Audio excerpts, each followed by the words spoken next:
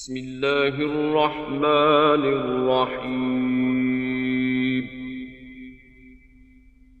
یا ایہا المدثر قم فانذر وربک فکبر نحمده ونصلي على رسوله الكريم اما بعد فقد قال الله تبارك وتعالى كما ورد في سورة المدثر اعوذ بالله من الشيطان الرجيم بسم الله الرحمن الرحيم كلا والقمر والليل إذ أدبر والصبح إذا أسفر إنها لإحدى الكبر نذيرا للبشر لمن شاء منكم أن يتقدم أو يتأخر كل نفس بما كسبت رهينة إلا أصحاب اليمين في جنات يتساءلون عن المجرمين ما سلككم في سقر قالوا لم نك من المصلين ولم نك نطعم المسكين وكنا نخوض مع الخائضين وكنا نكذب بيوم الدين حتى أتانا اليقين فما تنفعهم شفاعة الشافعين فما لهم عن التذكرة معرضين كأنهم حمر مستنفرة فرت من قسورة بل يريد كل امرئ منهم أن يؤتى صحفا منشرة كلا بل لا يخافون الآخرة كلا إنه تذكرة فمن شاء ذكره وما يذكرون إلا أن يشاء الله هو أهل التقوى وأهل المغفرة صدق الله العظيم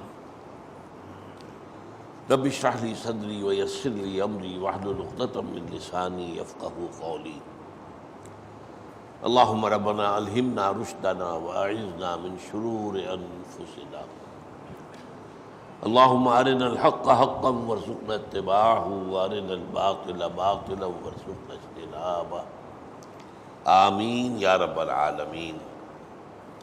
آپ کو یاد ہوگا کافی عرصے سے ہم جو ابتدائی وحییں ہوئی ہیں حضور پر ان کا مطالعہ کر رہے تھے۔ 4 سورتیں، سورۃ العلق، سورۃ القلم، سورۃ المزمل، سورۃ المدثر۔ سورۃ المدثر کا یہ آخری حصہ رہ گیا تھا، اگرچہ ابتدائی اس کی آیات پر تفصیلی گفتگو ہو چکی ہے۔ کلا والقمر میں بیان کر چکا ہوں، اس میں چند آیات میں بعثت محمدی علیہ صاحب الصلاۃ والسلام کا ذکر ہے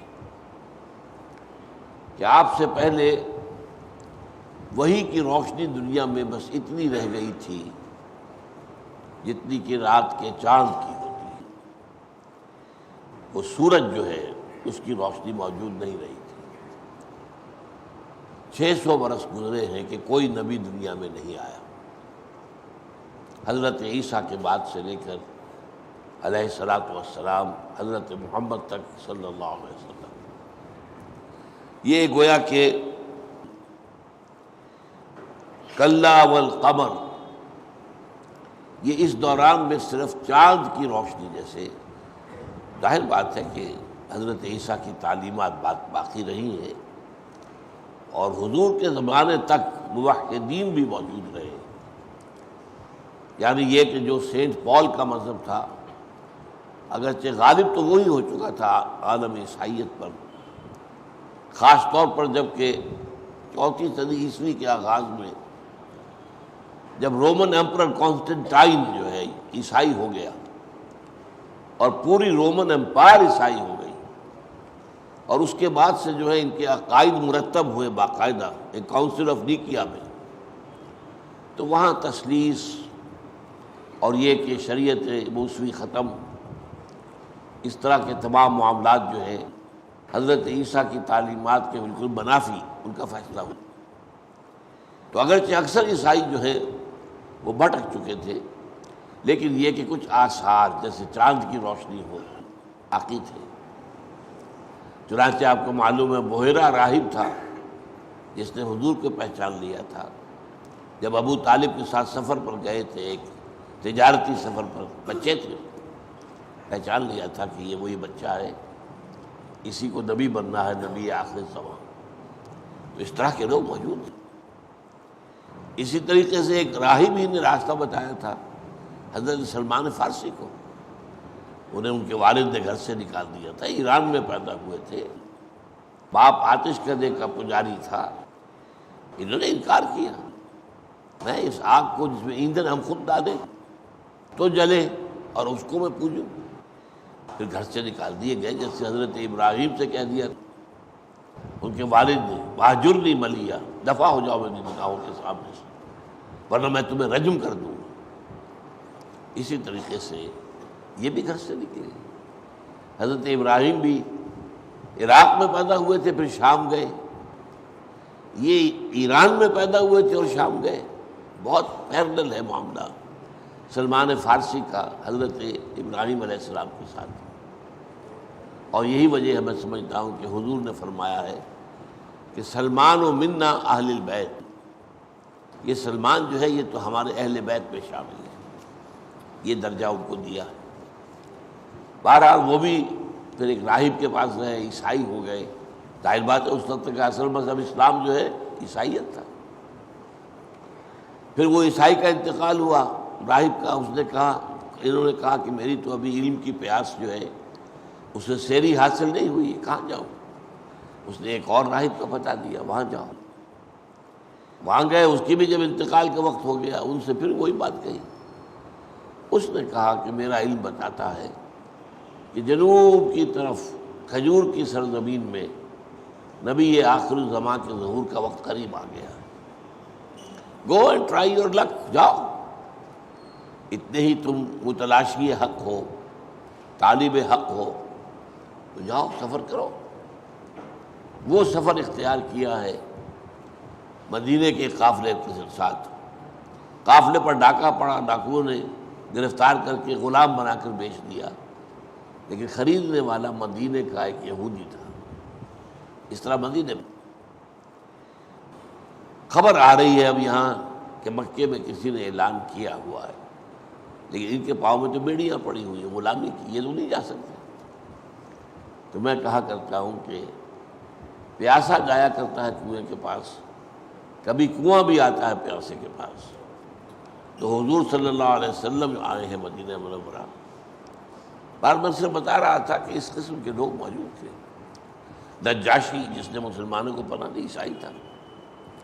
یہ تعلیم ابھی باقی، اگرچہ بائی اینڈ لارج تقریباً پوری عالم عیسائیت جو ہے وہ مشرک ہو چکی تھی، حضرت مسیح کو خدا کا بیٹا مانتے تھے، حضرت مریم کی بھی تصویریں انہوں نے لگائی ہوئی تھی، مجسمے لگائے ہوئے تھے، لیکن یہ کہ ابھی وہ چاند کی سی روشنی ابھی باقی تھی۔ لیکن اب فرمایا کلا والقمر واللیل اذ ادبر، اور جب کہ رات پیچ موڑ لے، اب یہ رات جو تھی تاریکی کی یا فترت وحی کی رات، جس میں کہ وحی نہیں آ رہی تھی، کوئی نبی نہیں تھا دنیا میں، یہ 600 سالہ رات جو ہے اب یہ اس نے پیچ موڑ لی جا رہی ہے۔ والصبح اذا اسفر، اور قسم ہے صبح کی جب کہ وہ روشن ہو جائے۔ یہ صبح روشن ہو جانا یہ نبوت محمدی کا ظہور ہے، بعثت محمدی کا ظہور ہے۔ اب جیسے سورج روشن ہو جاتا ہے صبح روشن ہو جاتی ہے، اس طریقے سے اب یہ عالم انسانیت روشن ہوگا نبی کی تعلیمات سے اور وحی کی تعلیمات سے۔ ان ھذا احدی الکبر، یہ ہم پڑھ چکے ہیں، اور یہ بہت بڑے واقعات میں سے ہے، یہ کوئی معمولی بات نہیں ہے۔ محمد کی بعثت صلی اللہ علیہ وسلم کوئی عام واقعہ نہیں ہے، کبر لإحد الکبر، بہت بڑے واقعات میں سے ہے۔ نذیرا للبشر، اب دیکھیے وہی لفظ پھر آ گیا، لوگوں کو خبردار کرنے والا۔ میں نے بالکل شروع میں آپ سے سب سورہ مدثر میں شروع کی تھی تو کہا تھا کہ نبی کے کام میں آغاز جو ہے انذار سے ہوتا ہے، اگرچہ بنیادی طور پر وہ مبشر بھی ہوتا ہے، نذیر بھی ہوتا ہے، بشارت دیتا ہے۔ جو حق کا راستہ اختیار کرے ان کے لیے بشارت، روح و ریحان و جنت نعیم، اور جو حق سے اعراض کرے، انکار کرے، منہ موڑ لے، تکبر کی وجہ سے، حسد کی وجہ سے، نفس پرستی کی وجہ سے، حمیت جاہلی کی وجہ سے، تو ان کے لیے اب نذیر ہے، خبردار کرنے والے ہیں کہ جہنم تمہارا منہ کھولے انتظار کر رہی ہے۔ لیکن شروع جب ہوتی ہے بات تو حق پرست ہوتے کہاں ہیں جن کو بشارت دی جائے؟ معاشرے پر تو کفر کا غلبہ ہے، شرک کا غلبہ ہے، لہذا ابتدا میں زیادہ زور انذار پر ہے۔ قم فانذر وربک فکبر، اور جیسے اس کے بعد وانذر عشیرتک الاقربین، اپنے قریبی رشتہ داروں کو خبردار کیجیے۔ تو یہ سارا جو معاملہ ہے اس میں ابتدا یہاں پر بھی لفظ وہی آ گیا، نذیرا للبشر، خبردار کرنے والے انسانوں کو، لمن شاء منکم ان یتقدم او یتأخر، ان کے لیے جو تم میں سے چاہے آگے بڑھ جانا یا چاہے پیچھے رہ جانا۔ یعنی اب جب یہ بعثت محمدی کا وقت آ گیا ہے تو اب ظاہر بات ہے کہ صورتحال جو ہے فیصلہ کن ہوگی۔ جو بڑھیں گے، قبول کریں گے، اختیار کریں گے، وہ کامیاب ہوں گے، جو پیچھے رہ جائیں گے وہ ناکام ہوں گے، جہنمی ہوں گے۔ تو البتہ فیصلہ تمہارا اپنا ہے۔ ہم نے تمہارے اندر عقل رکھی ہے، سوجھ بوجھ رکھی ہے، نیکی اور بدی کی تمیز رکھی ہے، تمہارے اندر اپنی روح میں سے پھونکا ہوا ہے، اس میں ہماری محبت بھی ہے، اجمالی جو ہے ہماری معرفت بھی ہے۔ اس سب کے باوجود اور اب جب کہ یہ روشنی آ گئی، وہ جو فطرت کی روشنی ہے تمہارے دلوں کے اندر، اس کے سامنے یہ روشنی، سورج کی روشنی بھی آ گئی ہے، قرآن مجید کی روشنی، محمد کی روشنی آ گئی صلی اللہ علیہ وسلم۔ اب بھی اگر پیچھے رہنا چاہتے ہو تو رہو، تمہاری مرضی ہے، تمہارا اختیار ہے۔ جبراً ہم کسی کو مسلمان نہیں بنائیں گے، جبراً کسی کو ہم مومن نہیں بنائیں گے۔ لمن شاء منکم، جو بھی تم میں سے چاہے، ان یتقدم او یتأخر، کہ آگے بڑھے یا پیچھے رہ جائے۔ کل نفس بما کسبت رہینہ، ہر ذی نفس اپنے اعمال کے عوض گروی ہے۔ آپ کے اعمال ہیں، آپ گروی ہیں ان اعمال کے عوض۔ آپ کو چھڑانا پڑے گا اپنے آپ کو، اس گروی سے نکالنا۔ گھر آپ نے گروی رکھ دیا ہے، اب پیمنٹ کر کے تو آپ واپس لے سکتے ہیں نا۔ اسی طریقے سے اپنی جان آپ نے گروی رکھ دی ہے۔ یہ جان جو ہے، اب اگر آپ نے اس دنیا میں خیر کمایا، بھلائی کمائی، نیکی کمائی، اللہ کے راستے پر چلے، اللہ کے دین کی خدمت کی، تو گویا کہ اپنی جان کو وہ گروی ہونے سے آپ نے نکالا، آزاد کرا دیا۔ آتقا، یہ ہے عتق من النار، آگ سے چھوٹ جانا۔ کل نفس بما کسبت رہینہ، یعنی ہر ایک کا معاملہ اس کے اعمال کے ساتھ ہے۔ اللہ کی طرف سے کوئی جبر نہیں ہے، اللہ نے راستہ دکھا دیا، ہدیناہ السبیل، اما شاکرا و اما کفورا، اختیار ہم نے دے دیا راستہ دکھانے کے بعد۔ چاہو تو شکر گزار بندے بنو اور چاہو ناشکرے بنو، تمہارا اختیار ہے۔ لمن شاء منکم ان یتقدم او یتأخر، جو بھی تم میں سے چاہے آگے بڑھنا یا پیچھے رہنا۔ لیکن یہ ہے کہ بہرحال تم اپنے اعمال کے عوض گروی رکھے ہوئے ہو اللہ کے ہاں، تمہاری جانیں۔ الا اصحاب الیمین، ہاں اس میں مستثنیٰ ہوں گے داہنے والے، جن کو قیامت کے دن اعمال نامے داہنے ہاتھ میں دیے جائیں گے۔ فی جنات یتساءلون، وہ جنتوں میں ہوں گے، باغات میں ہوں گے، اور پوچھ رہے ہوں گے ایک دوسرے سے، یتساءلون، اور خاص طور پر ان سے کہ جو جہنم میں پڑے ہوں گے، ما سلککم فی سقر، یہ کیا بپتا ہوئی آپ پر، کس چیز نے آپ کو اس جہنم میں پھینک دیا، اس جلتی آگ کا نوالا کس چیز نے بنایا، کس نے داخل کیا ہے تمہیں اس جہنم کے اندر۔ ما سلککم من سقر قالوا لم نک من المصلین، وہ کہیں گے ہم نماز پڑھنے والوں میں سے نہ تھے، وَلَمْ نَكُ نُطْعِمُ الْمِسْكِينَ، اور ہم مسکینوں کو کھانا بھی نہیں کھلاتے تھے۔ یہ دو آیتیں بڑی اہم ہیں، یہ شریعت کے یا حقوق اللہ کے دو حصوں کو بیان کر رہی ہیں۔ ایک ہے اللہ کا حق، اس سے ایک دلی تعلق قائم رکھو، اس کو یاد رکھو، اس کی تسبیح و تحمید کرتے رہو، اس کی تحلیل و تکبیر کرتے رہو، اس سے دعائیں مانگتے رہو، اور گویا کہ اس کی جامع ترین شکل کیا ہے، نماز ہے۔ یہ تو اللہ کا حق۔ ایک عوام کا حق ہے، لوگوں کا حق ہے، عباد اللہ کا، اللہ کے بندوں کا، ان میں جو بھوکے ہیں، پیاسے ہیں، ان میں جو محتاج ہیں، ان میں جو غریب ہیں، جنہیں فاقے آ رہے ہیں، انہیں کھانا کھلاؤ، ان کو ان کا حق ادا کرو۔ فی اموالہم حق معلوم للسائل والمحروم، تو اس طریقے سے اس دوسری چیز سے آپ کا تعلق خلق خدا کے ساتھ جڑ گیا، آپ کا اخوت باہمی۔ حضور نے فرمایا صلی اللہ علیہ وسلم، وہ شخص ہرگز مومن نہیں ہے کہ وہ رات کو پیٹ بھر کر کھانا کھا کے سو رہا ہو اور اس کے پڑوس میں اس کا پڑوسی بھوکا سو رہا ہو، وہ مومن نہیں۔ اس لیے کہ پڑوسیوں کا حق تو یہاں تک بیان کیا گیا کہ حضور فرماتے ہیں کہ جبرائیل نے اتنی وصیت کی، اتنی تاکید کی مجھے پڑوسی کے حق کے بارے میں کہ میں گمان کرنے لگا کہ شاید پڑوسی کو وراثت میں بھی حقدار بنا دیا جائے گا، اس درجے پڑوسی کا۔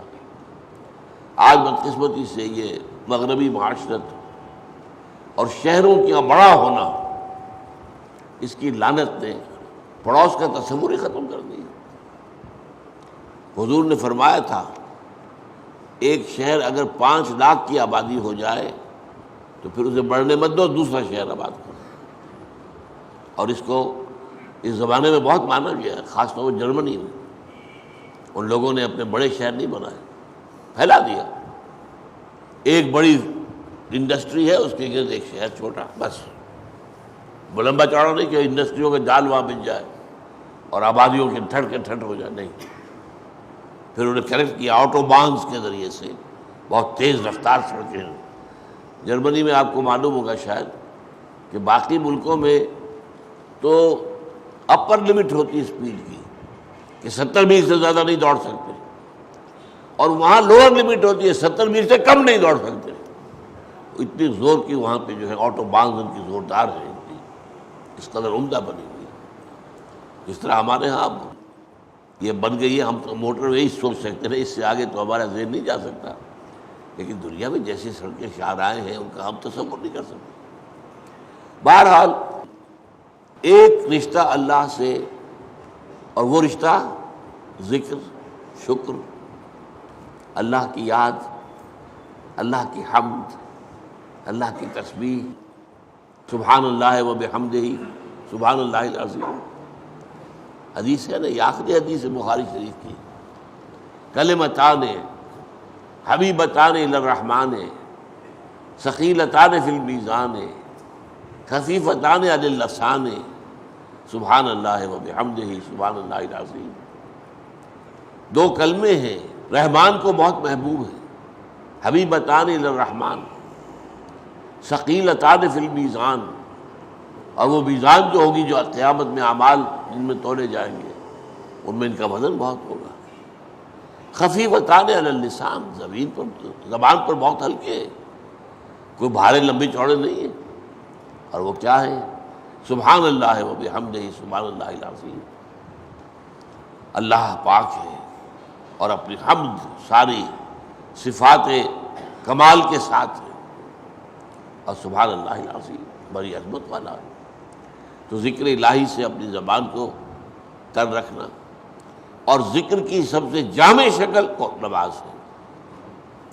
نماز جو ہے جامع ترین شکل ہے۔ کیوں ہے؟ یہ بدنی ذکر بھی ہے، قولی ذکر بھی ہے۔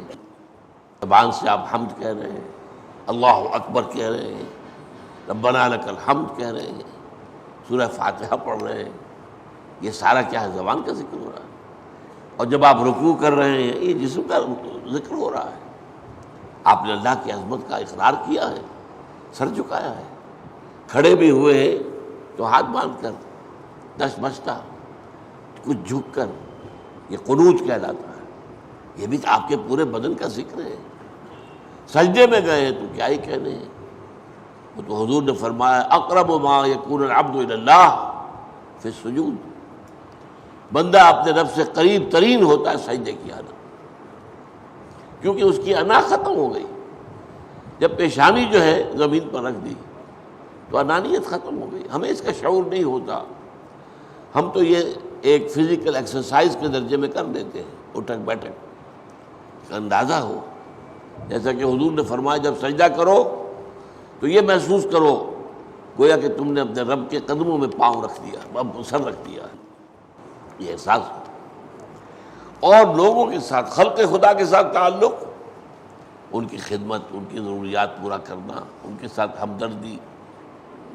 فرمایا من یحرم الرفق فقد حرم الخیر کلہ، جو شخص دل کی نرمی سے محروم رہا، کسی کو تکلیف میں دیکھ کر اس نے اس کی تکلیف کو اپنے دل میں محسوس نہ کیا، یہ ہمدردی کسے کہتے ہیں؟ ہمدردی، ہم جماعت میں شریک، جو ایک ہی جماعت میں ہے وہ ہم جماعت، ہم عاصم، ایک ہی زمانے کے لوگ، ہم درد مشترک ہو جائے، آپ کا درد میرا بھی درد بن جائے، آپ کے درد کو میں محسوس کروں تو یہ ہمدردی ہوگی۔ اس لیے انگریزی میں سمپیتھی، پیتھیٹک اور سمپیتھی یعنی جڑ کر ایک دوسرے کے ساتھ ایک ہمدردی کا روش ہو۔ تو قالوا لم نک من المصلین، ہماری سب سے بڑی گمراہی تو یہ تھی کہ ہم نماز پڑھنے والے نہیں تھے۔ ولم نک نطعم المسکین، اور ہم مسکینوں کو کھانا نہیں کھلاتے تھے۔ وکنا نخوض مع الخائضین، اور ہم بھی بس باتیں بنانے والوں میں شامل تھے۔ ایسے لائٹلی لینا، فکرے چست کر دینا، یہ خوض کا لفظ جو ہے اچھے معنی میں نہیں آتا۔ غور اور خوض یہ دونوں جڑ کر ہم بولتے ہیں، جوڑ کر غور و خوض، بہت غور و خوض کے بعد میں اس نتیجے پر پہنچا۔ غور کہتے ہیں کسی شے کا پانی میں نیچے اتر جانا، اور خوض کہتے ہیں خشکی میں اتر جانا۔ تو یہ خوض جو ہے اچھے سینس میں نہیں آتا، یہ مین میخ نکالنا، بجائے اس کے کہ آپ بات پر غور کریں، جو بات کہی جا رہی ہے فوراً جو ہے اس کے اوپر کوئی اس طرح کی بات جو ہے ادھر سے ادھر سے کوئی فقرہ چوس کر دیا، کوئی ایسا ٹیڑھا بیڑا سوال کر دیا دوسرے کو لاجواب کرنے کے لیے، غور نہیں کیا۔ کننا نخوض مع الخائضین، کچھ اور لوگ بھی تھے ایسے جو ہمیں جب وحی سناتے تھے ہمارے رسول صلی اللہ علیہ وسلم تو ان میں مین میخ نکالتے تھے، جیسا کہ اس میں آ چکا ہے۔ اچھا اگر جہنم پر 19 ہی ہے تو 10 کے لیے تو میں کافی ہوں، باقی 9 کو تم سنبھال لینا۔ بھائی بات سمجھو کیا کہہ رہے ہیں، وہ فرشتے ہیں، وہ انسان نہیں ہیں، اور فرشتوں میں بڑے سرہنگ، بڑے جو ان کے اہم ہیں، اب ان کی بات سمجھو۔ لیکن نہیں، بس 10 کو تو میں نمٹ لوں گا، 10 سے 9 کو باقی تم سنبھال لینا۔ 19 علیہا 19 یہ آیت آئی، اس سے بھی ظاہر بات ہے چھلنی لگ گئی کہ کون سنجیدگی سے بات سن رہا ہے، کون نہیں سن رہا۔ قالوا لم نک من المصلین ولم نک نطعم المسکین وکنا نخوض مع الخائضین وکنا نکذب بیوم الدین۔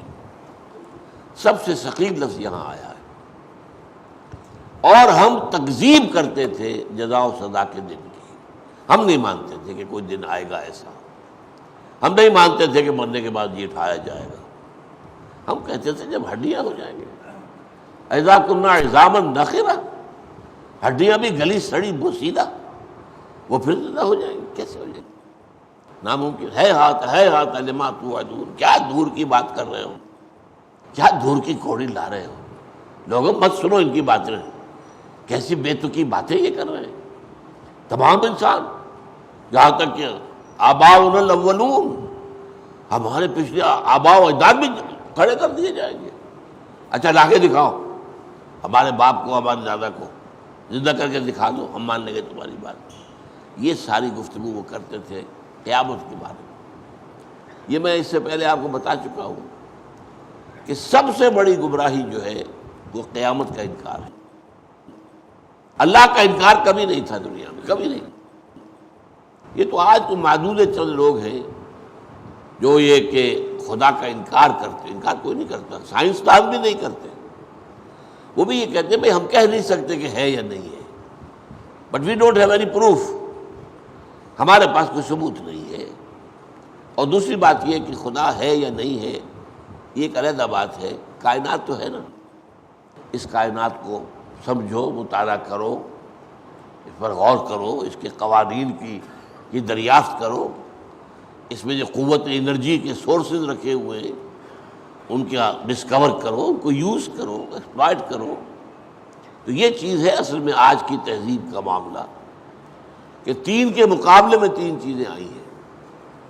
اللہ ہے، نہیں ہے، ہوگا، کیا پتہ، ہوگا ٹھیک ہے، لیکن یہ کائنات تو ہے نا، اس میں تو شک نہیں، لہذا جو چیز شک و شبہ سے بالا تر ہے توجہ اس پر کرو۔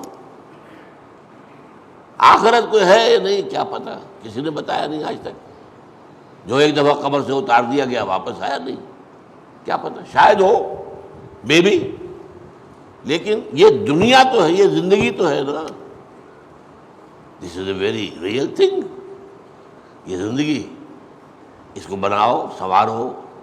اچھے لوگ ہیں وہ یہ کہیں گے کہ اچھا معاشرہ بناؤ جہاں بہبود ہو، عوام کی بہبود ہو، جہاں لوگوں کے لیے آسائشیں ہوں، جہاں پر ظلم نہ ہو، اس کو بناؤ، سنوارو اس دنیا کو۔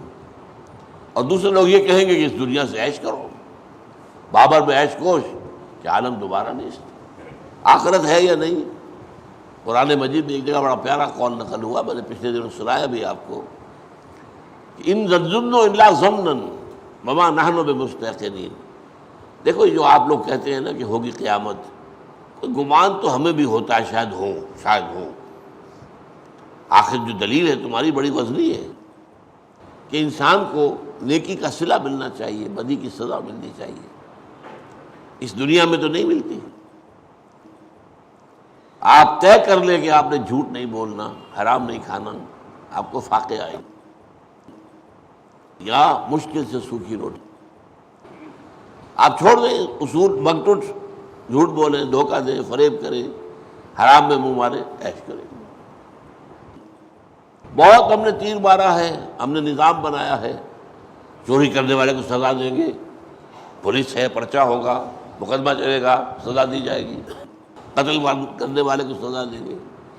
بھائی ایک تو یہ کہ there's many a slip between the cup and the lip، وہ یہ کہ چور پکڑا جائے نمبر 1، اس پر چوری ثابت ہو نمبر 2، اس چوری کا مال برآمد ہو نمبر 3، پھر گواہیاں مل جائیں نمبر 4، پھر وکیلوں کی ذہانت جو ہے چھڑا کر نہ لے جائے، پھر جج جو ہے اس کی رشوت دینے کی وجہ سے نہ چھوٹ جائے، کتنے قدم، اور پھر دو گے سزا، کیا دو گے؟ ایک میں نے کئی دفعہ یہ مثال دی ہے، ایک بوڑھا آدمی ایک جوان کو قتل کر دے، کیا مشکل ہے آج قتل کرنا؟ وہ تلوار کو اٹھانی نہیں ہے کہ بوڑھے آدمی کے ہاتھ میں اتنی سکت کہاں ہوگی کہ تلوار اٹھائے۔ بھائی ایک انگلی کو ایک حرکت دینی ہے نا، آپ کو پستول چلانا ہے، پستول سے بھی بڑھ کر کلاشنکوف چلانی ہے، لہٰذا کوئی آپ کو تو مشکل نہیں، جوان کو قتل کیا، اب آپ کیا سزا دیں گے؟ اول تو اس کے اوپر جرم ثابت ہو، وہ پکڑا جائے، گواہیاں ہو جائیں، اور پھر یہ وہی وکلا کا معاملہ، پھر جج کا معاملہ، پھر ہائی کورٹ کا معاملہ، پھر سپریم کورٹ کا معاملہ، سب کچھ کر کے کیا کریں گے؟ پھانسی دے دیں گے بس۔ کیا اس کے جرم کے برابر سزا مل گئی اس کو؟ یہ بوڑھا تھا، کھا پی چکا تھا جو کھانا پینا تھا اس نے دنیا میں، بال بچے اس کے جوان ہو چکے، بیوی بھی بوڑھی ہے، اور وہ جوان جس کو مارا ہے اس کے چھوٹے چھوٹے بچے ہیں پھول جیسے، اس کی بیوی ہے جوان، اس سے تم نے بیوہ کیا، جو تم نے نقصان پہنچایا، اس کے برابر سزا ممکن ہے؟ امپاسبل۔ وہ بچے جب باپ کی شفقت سے محروم ہو جائیں گے وہ بگڑ جائیں گے، آوارہ ہوں گے، منفی کردار لے کر اٹھیں گے، وہ معاشرے کو برباد کریں گے۔ یہ سارا تم نے کیا نا، تو can you be given the punishment? نہیں۔ کوئی ہٹلر اگر پکڑا بھی جاتا، ویسے تو خودکشی کر دی اس نے، پکڑا بھی جاتا کیا سزا دے دیتے؟ اس کا ایک ایک ریشہ علیحدہ کر دیتے فورسپ سے، تب بھی اس کے گناہوں کی سزا تو نہیں ہو سکتی تھی۔ کروڑوں انسان قتل ہوئے، کروڑوں۔ تو یہ ہے اصل میں، اس لیے دلیل اتنی وزنی بنتی ہے کہ کوئی دنیا ہونی چاہیے جس میں بھرپور بدلہ ملے، لیکن یہ ان نظن الا ظنا وما نحن بمستيقنين، خیال تو ہوتا ہے لیکن ہمیں یقین نہیں آتا۔ تو فرمایا وما كنا نكذب بيوم الدين حتى أتانا اليقين، یہاں تک کہ ہم پر یقینی شے وارد ہو گئی۔ وہ یقینی شے کیا؟ موت۔ میں کہا کرتا ہوں کہ اس دنیا میں سب سے زیادہ یقینی شے موت، سب سے زیادہ ناقابل اعتماد زندگی۔ کیا پتہ کب ختم ہوگا؟ You never know. یہاں سے نکلے کوئی ایکسیڈنٹ ہو اور ختم ہو جائے، کیا پتہ؟ ڈھونڈیا پڑے، لوگ تلاش کریں، کہیں پولیس میں جائیں، تھانے میں جائیں، پتہ ہی نہیں چل رہا، بعد میں پتہ چلے کہ ہسپتال کے مردہ خانے میں لاش پڑی ہوئی۔ ہوتا ہے، میرے ساتھ یہ واقعہ پیش آیا تھا کورنگی، کراچی کے اندر۔ میں کورنگی جا رہا تھا اپنی گاڑی پر، دیکھا کہ سڑک جو ہے کچھ بلاک سی ہے، لوگ چاروں طرف سے گھیرے کھڑے ہیں، معلوم ہوا کوئی ایکسیڈنٹ ہوا ہوگا، بچ کے کچے ہوئے سے نکال کے گاڑی نکل کے چلے گئے۔ بعد میں معلوم میرا اپنا ماموزاد بھائی تھا، وہ بعد میں معلوم وہ گھر نہیں پہنچا شام تک، انہوں نے سمجھا کہ یہ سسرال میں کبھی کبھی ٹھہر جایا کرتا ہے، وہ شہر میں لیاقت آباد میں تھا تو شاید وہاں ٹھہر گیا ہو، وہاں بھی اگلے روز بھی نہیں آیا۔ پھر پوچھا، وہ سسرال والوں نے کہا کہ ہمارے ہاں تو نہیں آیا وہ۔ اب وہ تلاش ہوئی تو ڈیڈ باڈی مل گئی، اور معلوم وہ تھا وہاں پر اس وقت پڑا ہوا۔ مجھے احساس ہوا تو یہ ہے اصل میں کچھ پتہ نہیں، سب سے یقینی شے موت، اور سب سے زیادہ ناقابل اعتبار شے زندگی۔ لیکن ہے کیا ہمارا نفسیاتی معاملہ کیا ہے؟ ہم موت کے تصور کو اپنے ذہن سے دور رکھتے ہیں۔ تھوڑی سی دیر کے لیے جھرجھری آتی ہے ہمیں جب کسی عزیز کو، اس کی لاش کو کندھوں پر لے کر اور جا رہے ہوتے ہیں قبرستان، یا پھر اسے اتار رہے ہوتے ہیں قبر کے اندر، تو تھوڑی سی آتی ہے جھرجھری۔ کڈ بھی ہو سکتا تھا کہ میں ہوتا اس کی جگہ، اور کیا پتہ آج یہ ہے کل میں ہوں۔ لیکن گھر واپس آتے تک ہم بھول جاتے ہیں، اپنے مشاغل ہیں، اپنے معاملات ہیں، اپنے مسائل ہیں، وہ سارے بھلا دیتا، موت کو بھول جاتا۔ حتیٰ اتانا الیقین، یہاں تک کہ وہ یقینی شے وارد ہو گئی، آ گئی۔ یہ تقریباً سب کا اس پر اجماع ہے کہ یقین سے مراد یہاں موت ہے۔ البتہ ایک صاحب نے لکھا اس سے مراد آخرت بھی ہے۔ ٹھیک ہے، موت کے بعد موت کیا ہے؟ موت آخرت کا دروازہ ہی ہے نا۔ در حقیقت اس لیے ان دونوں معنی لیے جاتے ہیں۔ فما تنفعهم شفاعۃ الشافعین، تو اب نہیں فائدہ پہنچا سکے گی انہیں کوئی شفاعت کسی شفاعت کرنے والے کی۔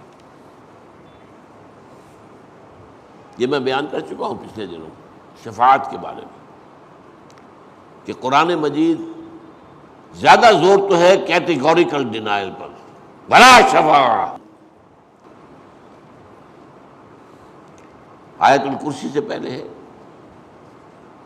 یا ایھا الذین آمنوا انفقوا مما رزقناکم من قبل ان یاتی یوم لا بیع فیہ ولا خلۃ ولا شفاعت، کوئی شفاعت۔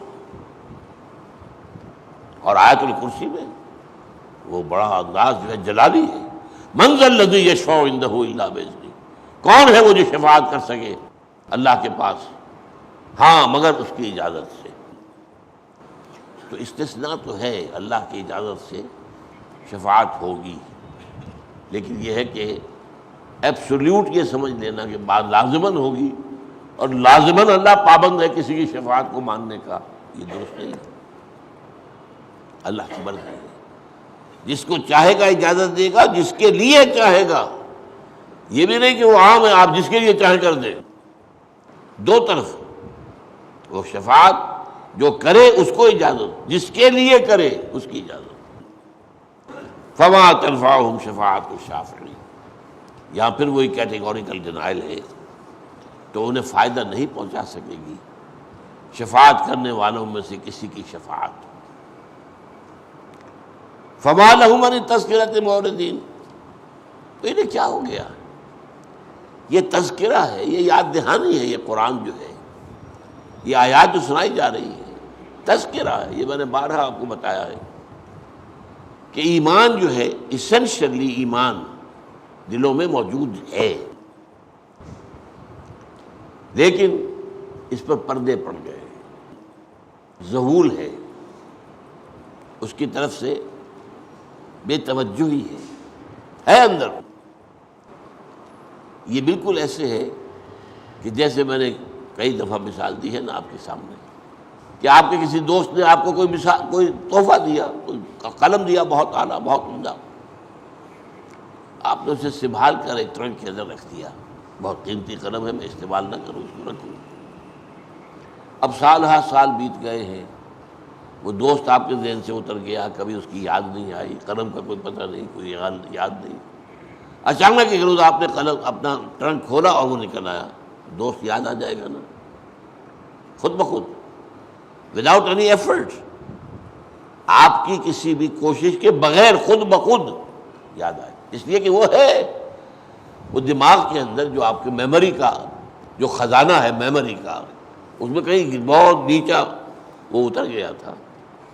جیسے آپ کو معلوم ہے ضلع کچہری کے اندر محافظ خانہ ہوتا، وہ جو کیسز وہاں ہوتے ہیں ان کے انبار لگے ہوتے ہیں فائلوں کے، نیچے دبی ہوئی فائل وہاں سے نکالنا کوئی آسان کام ہے۔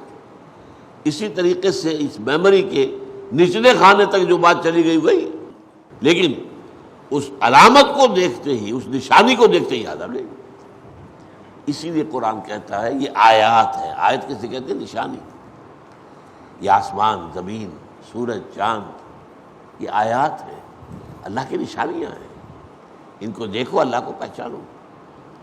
ان فی خلق السماوات والارض واختلاف اللیل والنہار والفلک التی تجری فی البحر بما ينفع الناس وما انزل اللہ من السماء من ماء فاحیا بہ الارض من بعد موتها وبث فیہا من کل دابہ وتصریف الریاح والسحاب المسخر بین السماء والارض لآیات لقوم یعقلون۔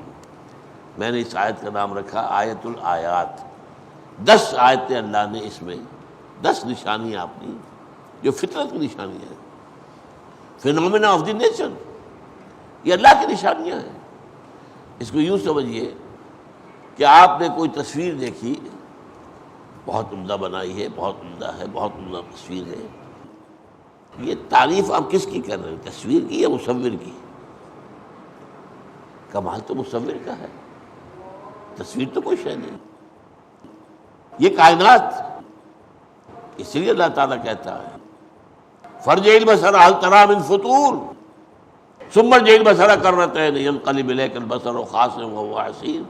ہماری اس کائنات کے اندر دور دور تک نگاہیں دوڑا کر دیکھ لو، کہیں کوئی رکھنا ہے، کہیں کوئی عیب ہے، کہیں کوئی عیب، پھر دوہراؤ، پھر نگاہوں کو لے جاؤ، تمہاری نگاہیں تھک ہار کر واپس آ جائیں گی.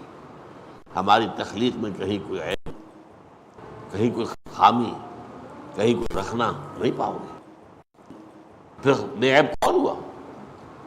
بے عیب تو خالق ہوا نا. اسی کو کہتے ہیں سبحان اللہ. یہی ہمارا اصل میں وہ ایمان کا جو معاملہ ہے وہ کیا ہے.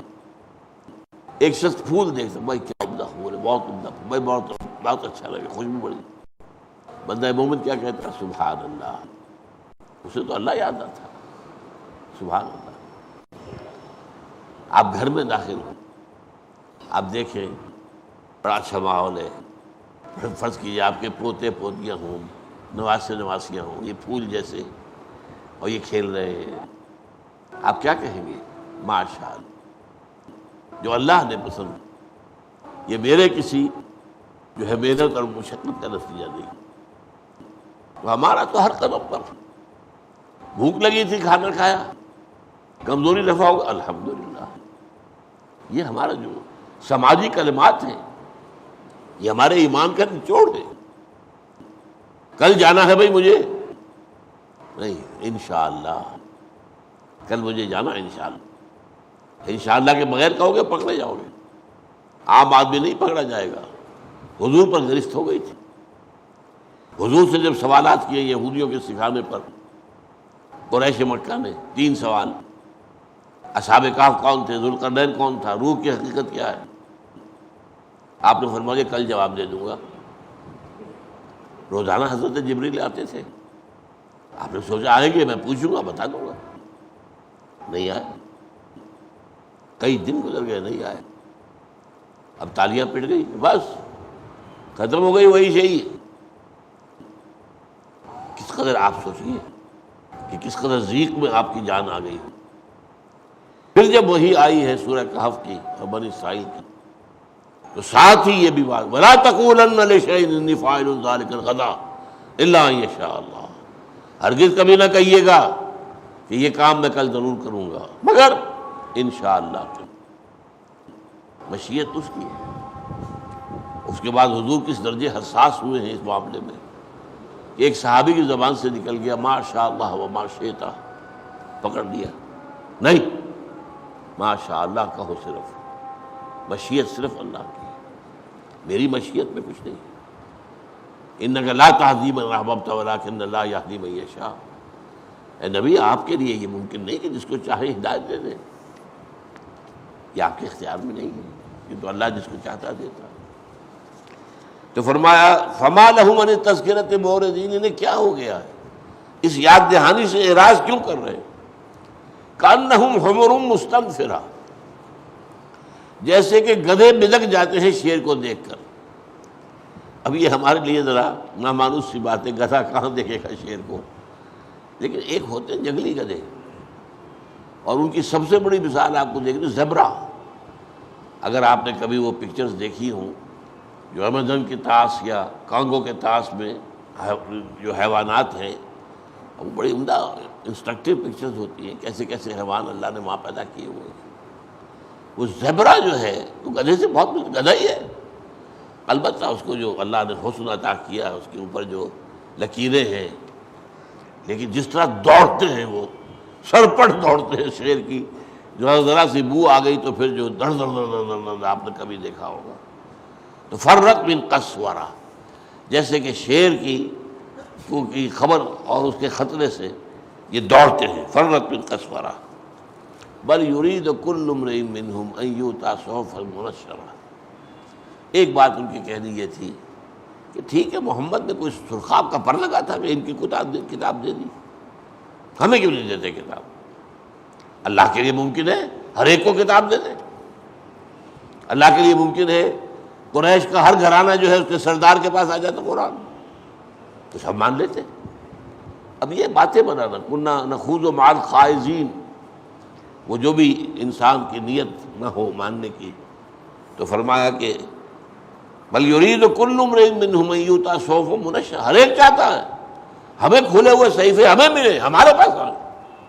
کلا بل لا یخافون الآخرہ. کچھ نہیں، اصل بات کیا ہے، یہ آخرت پر یقین نہیں رکھتے.